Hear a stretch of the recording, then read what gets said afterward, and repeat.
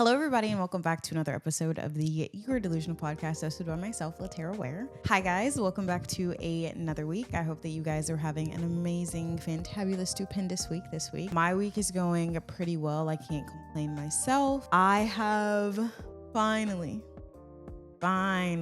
escaped the trenches of my finance class. Thank you. Yeah. It was something, I gotta say. It was something, it was cool. After talking to my professor, she also was kind of just like, this is not a course that's just like something you should just jump into. So I'm glad I'm out of it. But nothing too crazy has been going on. It's been announced officially that I am having a nephew, which is amazing, stupendous. I'm super glad about that. So that's pretty much been my whole week. I've just been really like in the nitty gritty with doing media stuff. Actually, this week we're rolling out some new tech and stuff like that with one of my freelance clients. So like I said last week, we're going to stick to the new format, 30 minutes, gonna get this in, get this out. So I wanted to talk about like a more not serious topic, because this can be something that's serious, but it's not in a serious way. So I want to talk to you guys today about adult money. I've heard a lot of chat in the ether about people just explaining about how life is really expensive and they can't afford this and they can't afford that. And I definitely get that. I'm not dismissing it, as if that's not a thing, because it's definitely very much so a thing. That just kind of made me think that as someone who also, I didn't grow up talking to my parents a lot about finances, and a lot of the financial decisions and stuff that I've had to make, they were based a lot of on my own choices and kind of just like seeing what other people are doing and navigating it that way. And so I want to talk to you guys today about the concept of what I call adult money. Adult money is basically any money that you as an individual are making once you are someone who is like supporting yourself. So if you are someone who is paying bills with your money, that is adult money. If you're someone who is buying groceries with your money, that is adult money. Stuff like that, right? If you're someone who's going out and you're buying shots and alcohol and this and that, that is adult money. Adult money is basically just any money that you are making once you leave the nest, and the money that you get to support yourself throughout real life. It's nothing that's super complex or nothing like that. That's literally just what I deem to be adult money. There's a difference, because when you're a kid, like even if you have a job in high school and stuff, unless you're someone who is like, your parents are making you contribute, or if you want to contribute to your house or something like that, that is still money that you just have to kind of like play with and to kind of understand the basics of money as a first time money getter, right? When it comes to adult money, kind of like just like I said, when you're a child or a teenager or whatever, and you're first getting a job and earning money and stuff like that, it's a very different mental state and mind state that you should have versus someone who is an adult, who is in the real world, because money needs to be allocated differently once you become an adult, and once you do have bills, and once you are supporting yourself or supporting other people. I think the mental change is one of the hardest parts about adult money. Before, when you're able to just like spend money or whatever, you're not really thinking about things like budgeting and things like saving, unless you are saving for something very specific that you would like. And when you get into adulthood, that also kind of varies, because some things that you want to save for instance, if I wanted to buy a new camera lens, this is something that I could save for. But also, if I have other expenses, like if I have a car expense or something like that that comes up, the money that I was saving for this camera lens might have to be allocated to car funds. And that is an example of a choice that you have to make when it comes to adult money. And that's something that you do have to be like mentally set in. I personally feel like there's not a lot of confusion that comes with adult money, but if your mental state doesn't change about kind of how you perceive money, or the way that you are going to use it, and like kind of section it off for specific things and important bills and tasks that you may have, it could lead you into a very detrimental place. Money is one of those things. I personally am not super like materialistic. I kind of find myself to be one of those people that's like, I like the things I like little knickknacks and stuff, but if I did not have them, I wouldn't be like, oh my God, the world is ending, right? And for me, my mind state around money money is that like money isn't something that's like, how do I say this? Like money is very real, right? In the sense of you can see it. It is the currency that helps the world go round. But in the grand scheme of things, like money is not a real thing. It is something that us as people or us as companies or whatever have attached value to.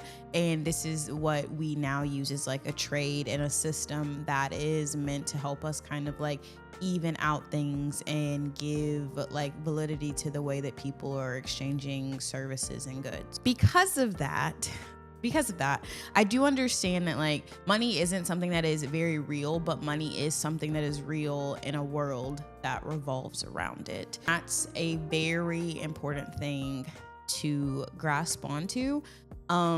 Kind of like the concept of people saying that time is a construct.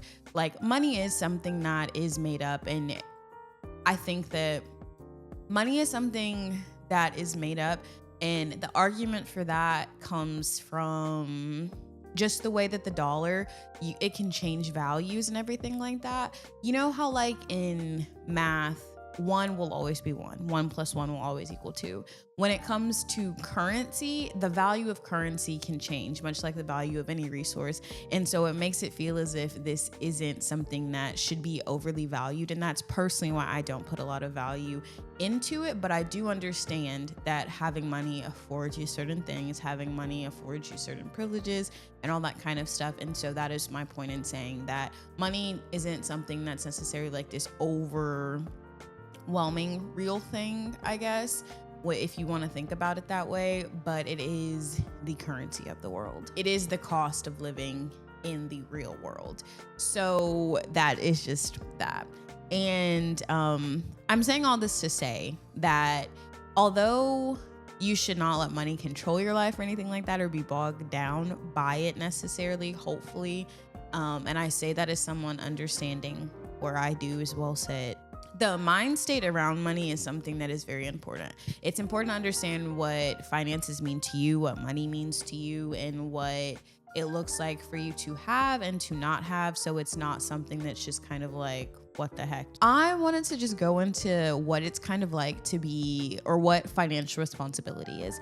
For a lot of people, I feel like the issues that I run into, especially with like friends and family, is that people just are not really financially responsible. Me being someone who is not throwing stones from a glass house, I have not always been financially responsible. There are certain times where I feel like some of my choices are not financially responsible, but it is something that I have thought about, planned out, and that I am willing to do. And so I do. When I say financially responsible, I mean, kind of like when I was saying earlier, to be financially responsible, you have to understand the way you need to move your money, what you need to pay for, what you don't need to pay for, what you can afford, what you can't afford, and how you will begin to save for things, how you will begin to pay off debt, how you will begin to maybe make investments if that's something that you're into. And all that is encompassed in financial responsibility. Having a good grasp on financial responsibility really allows you to know what you're going to do with your money. As someone who maybe if you were just starting off making your own type of adult money or anything like that, it's good to have a plan in motion just so you can know what you will do and it doesn't feel like you're just making it up as you go. Money is one of those things where you can't really just stumble around and kind of find out, because it will get to a point where you don't have any more to stumble around and find out with, especially if you're not accruing it at the rate of what you are spending it. And that is a huge thing in financial responsibility, is that you need to take a look at everything that you have coming in and take a look at what you have coming out. Also, when I'm saying a lot of time, I'm also referencing just like things that I have seen in my own personal experience. And in that experience, a lot of times, the issue that people have is that they're not really paying attention to what they're spending on a day-to-day type of basis, or it's really easy for this like $1 and $2 and $3 charge to add up to you spending like an extra $100 at the end of the week, or an extra $200 at the end of the week. And so it's really important for financial responsibility to sit down and see like what you have coming out at the end of every month and what you have coming in at the end of every month. You're someone who is making like, let's say $1,000 a month, right? These are not anywhere real numbers. I hope there's not anyone making $1,000 a month in this economy we live in. But if you're someone who's making $1,000 a month, you should not be spending $1,500 a month. You were $500 in the red at that point, and by the end of the year, you'll be $6,000 in the red because that's money you just did not have at the end of the day, right? But if you're someone who knows that you're only making $1,000, you can look within that, see what you need to cut down, and see how you can allocate your funds a little better. And all of that is a part of financial responsibility. There's a lot of things that I personally feel are kind of like housekeeping or admin type of situational things that we don't really pay too much attention to because it's not something that you're necessarily taught. Like, I think finances definitely should be a class in high school, definitely should be a class in middle school. We should do some more emphasis on those instead of as much emphasis on like freaking fractions and stuff like that. But I will not harp on that. It's really important though to just be financially responsible on a real for real note. Like, it's really important to sit down and navigate through the kind of tedious admin like things that people would normally do. Like, these are things that accountants do. These are things that people's admin assistants do. And if you're someone who is just in life and you're a normal everyday schmegular Joe Fro like me, you got to do that yourself, right? You got to sit down and really plan for a more successful life going forward. I'm saying all this as someone who initially, when I left my mom's house at 17, when I left at 17, I got my first job. I was working at Panera. I think I was making like $9 an hour at Panera or whatever. And that was enough money for me to pay my phone bill every month. And that was enough money for me to do whatever else I needed to do. So what did I do? I started literally shopping. I was buying so many different clothes. I was buying different shoes, different knickknacks, and all this kind of stuff. I bought a new iPhone. Like, I bought all this kind of stuff. And that was okay for me at the time because I did not have any responsibilities. Like, when I got my phone, that was the first time I had a phone bill that I was paying for my own phone bill for, and that my parents weren't paying for. So because of that, I developed a very bad habit, and then going off into the real world, into my own, I'm always really responsible when it comes to paying bills because I do understand in my head what is necessary and what is a want, and that's something that you should work out also ahead of time, just knowing yourself and depending on who you are person to person. But yeah, I was not super financially responsible in that regard. And then moving forward, it kind of created this thing for me where I felt as if like all I was doing was working to pay bills. And because of that, that led to more financially irresponsible decisions, or me just being like, I have just enough money to get this one thing that I want and just enough money to pay my bills. And then I'm just going to be without money for like 4 to 5 days.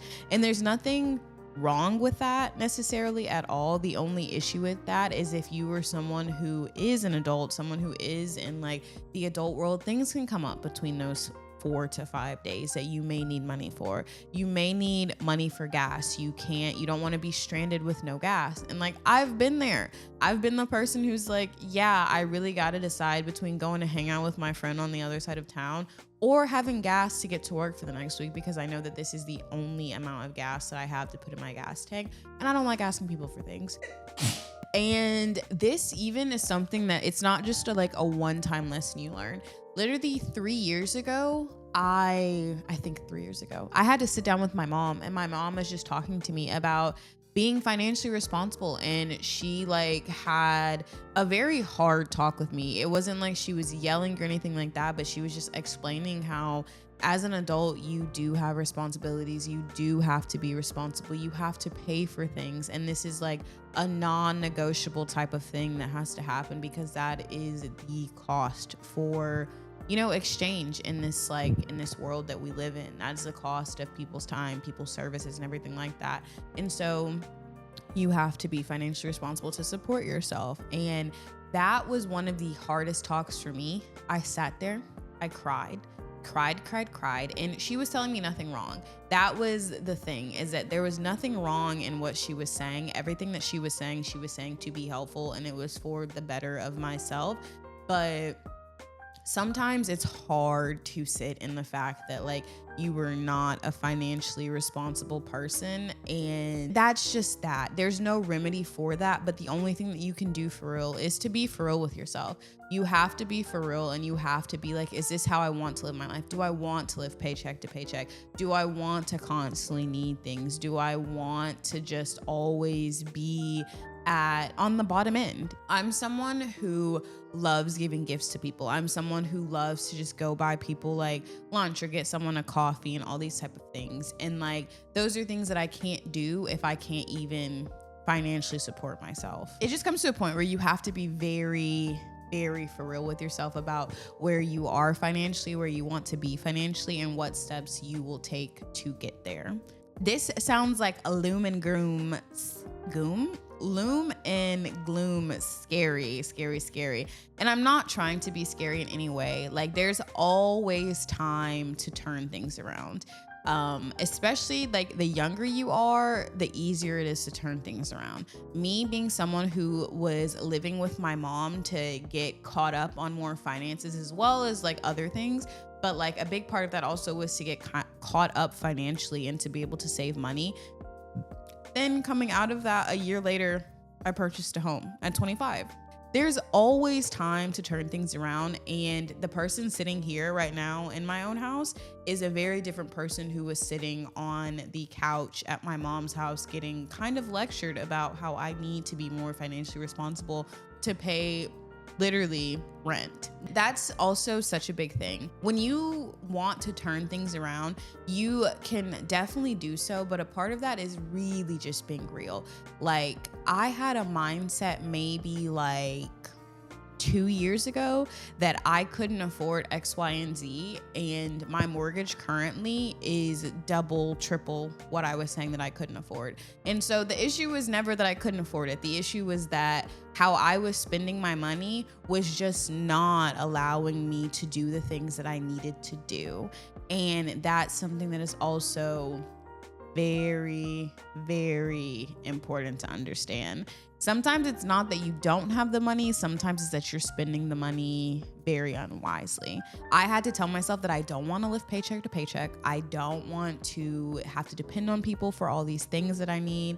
I really like the freedom to be able to just go purchase what I want to purchase, but to know that I also have a safety net, to know that I also have a savings, to know that everything is going to be okay and it's not the end of the world if one thing comes up.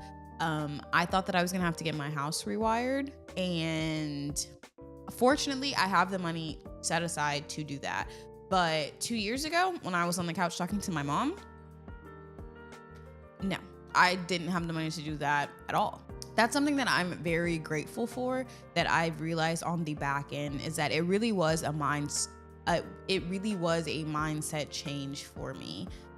It was a huge mindset change for me. Like, I went from being able to save no money to being able to save like tens of thousands of dollars, right? I don't like speaking like super specific numbers, but it's just kind of stuff like that. And I had to do this by just learning to sit down and to be responsible, and learning that I can't do everything that I want to do, and there's a time and a place for everything. Something also that's super important, I'm doing a 75 hard challenge right now. I don't know if I told you guys about this, but I am doing that on my like personal stuff at my Instagram and stuff like that. And one thing that's taught me, and that I've talked about a lot, is the discipline aspect of it. You have to be very disciplined when it comes to finances. If you are someone who's just very like fugazi with money, it is gonna be a lot harder for you throughout life. I hate to say that, but it definitely is, only because the world costs so much right now. And so you have to have a lot of discipline in knowing where your finances are at, what money you're getting, what money you're not getting, and knowing that you will spend that wisely, and knowing that you will know when to not spend that money. Discipline's one of those things that's really just like, it will go bar for bar with you every single time, and you definitely need to get it down. Lastly, just to wrap this finance talk up or whatever, guys, being financially free is one of the best things that you can be in life. Like, I currently have like student loan debt and stuff, but like I've paid off my car. So my only big debt contributors are my mortgage and my student loans. And even with my student loans, they are probably like a tenth of the cost of what normal people's student loans are. And so because of that, my monthly payments for my student loans is like $200, right? And that's if I wanted to pay nothing extra towards it. And so for that, I feel very financially free as a person. And when those things are done and paid off, I will feel more financially free. And that is one of the best feelings. An example I have of this, and this is not to be in bragging or any shape or form. You guys know I don't get down like that. But an example of this would be the other day, I went to Marshall's or I went to Home Goods, and I spent, I believe, like $250, and I just had the $250 to spend because it's something I've been saving for. And going through the store, I'm not having to sit there and like worry about like if I can afford this, if I see something I like, am I gonna have to put something back? And that was something that I used to worry about like maybe 5, 6, 7 years ago. It's just such a free feeling knowing that you get up to the register and whatever the lady says or the guy says or whoever, you can pay for it. You know, it's nice knowing that no matter where I want to go out to eat, no matter the caliber of the restaurant or whatever, I can afford that. And this isn't something that I'm doing like all the time, but it is something that I'm doing when I want to do it. And that's just such a different type of feeling. So I am here to tell you guys that being someone who is financially free or working towards complete financial freedom, it's a very good feeling. And it allows me to show up for different people because I'm not super worried about like money and finances every single part of my day. It takes work. I've had to work very hard to get to this point to where I am and work with different like people and understand different things and have to be humble and understanding that I won't know everything. Yeah, guys, being financially stable, financially free, it's one of the best feelings. It's truly one of the best feelings. And I wish that for all of you guys. I hope that for all of you guys. And if you ever need any help, any places where to start, just knowing, I guess, a little bit more in depth about what I did to get to this place where I'm at currently, I still have work to do. I still have places to grow to as well. So I'm not sitting here on this like horse and saying I have everything figured out. I don't. I'm still figuring that out. But if you guys need any advice or anywhere where to start, please feel free to reach out to me. Please feel free to leave a comment and just kind of let me know. Let me know what you guys think. Let me know how you guys feel about like financial freedom and all that kind of jazz. We're going to get into our You're Delusional segment. Our You're Delusional statement comes from something that kind of was going around a while ago, which is telling people you don't need to be so serious about credit. So I think that it's very crazy. In my personal life, I've had so many people tell me when it comes to payments that I am nervous about not being able to pay previously, that it's okay, it'll fall off your credit in 7 years. 7 years is a long time. I want to do things differently from day to day, so I couldn't imagine being stuck somewhere for 7 years because my credit's not good and I can't do something. Credit is one of those things that is made up, yes, but I do understand that credit, you have to think of it like credibility a lot of times. When people lend you money, they want to know that they can get their money back, right? When people lend you stuff, they want to know that you will pay them back, and I think that is fair. I think that's definitely super, super fair. Credit is one of those things that although it is such a pain in the ass, it's very important. You should take a little bit more seriously because in reality, it really does pay off. If you have better credit, it helps you get lower rates, which essentially is just saving you money over the long end of things. I know it's a pain. It's definitely a pain. It's crazy how your credit can just drop rapidly and not increase at the same speed. That's annoying, you know, like stuff like that I totally get, but credit is one of those things that is very important. I shouldn't say that you should have like, I wouldn't say you should have like a hyper fixation on your credit or nothing like that, but I will say that it is important to take your credit seriously, to really prioritize it, and to at least familiarize yourself with credit, how things work for you and how things don't work. And it's still something that I don't know how it works completely. I personally have, I think, like one credit card right now, but credit is definitely she's one of them ones. I would not agree with the statement that you don't have to really worry about your credit or everything, or it's not as important. I think that's very delusional of people to think, personally. Getting into our what we're watching. So continuing in the same spooky theme for what will be, I think, this is our second to last Halloween, or second to last like October episode. So our 2 movies today, one on the spookier end is going to be The Collector. The Collector is one of those movies that I watch. It feels like a fever dream. I watched it during one of the summers when I was at my mama and papa's house. And it's basically about this family that moves in, and then when they also move in, there's a serial killer who is coming to collect them, essentially. And he sets up the house full of all these booby traps, and it kind of just makes the killing look as if it's gonna happen in this very interesting and enticing way. I love a good serial killer movie. Unfortunately, like, I don't like, how do I say? I don't ever want to glorify people killing, especially like serial killers, because I think that's a problem in this world that we live in currently to this day, or in this day. But I do love a good like movie that is written well about a human monster story.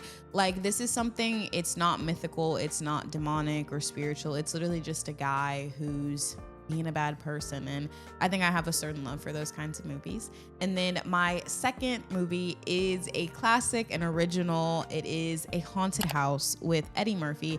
This is something that I watched so much when I was little. I remember being in my auntie Turto's house and literally just watching this movie on repeat. It's very comforting, and like I said, this time of year for me is just full of like nostalgia and comfort, and this was such a good movie to watch. So if you were someone who has kids, or you just enjoy a good kid movie, definitely would recommend A Haunted House. With all that being said, guys, thank you so much for tuning into another episode of the Your Delusion podcast. Thank you for listening. If you are an audio listener, please be sure to rate the podcast on whatever platform you are streaming. And if you are a viewer, thank you for watching. Please be sure to like, comment, and subscribe. If you want to know more about what's going on with the production company and a little behind the scenes, you can follow us at LT Legacy Productions. And if you want to know a little bit more about me, stay up to date with what I'm doing, maybe stay up to date with like recipes, 75 hard, any topics, any questions y'all want to ask, feel free to DM me at the LaTerra Wair on Instagram and on X. I will see you guys for another episode next week. Bye, guys. The Your Delusion podcast is produced by LT Legacy Productions and hosted by LaTerra Wair.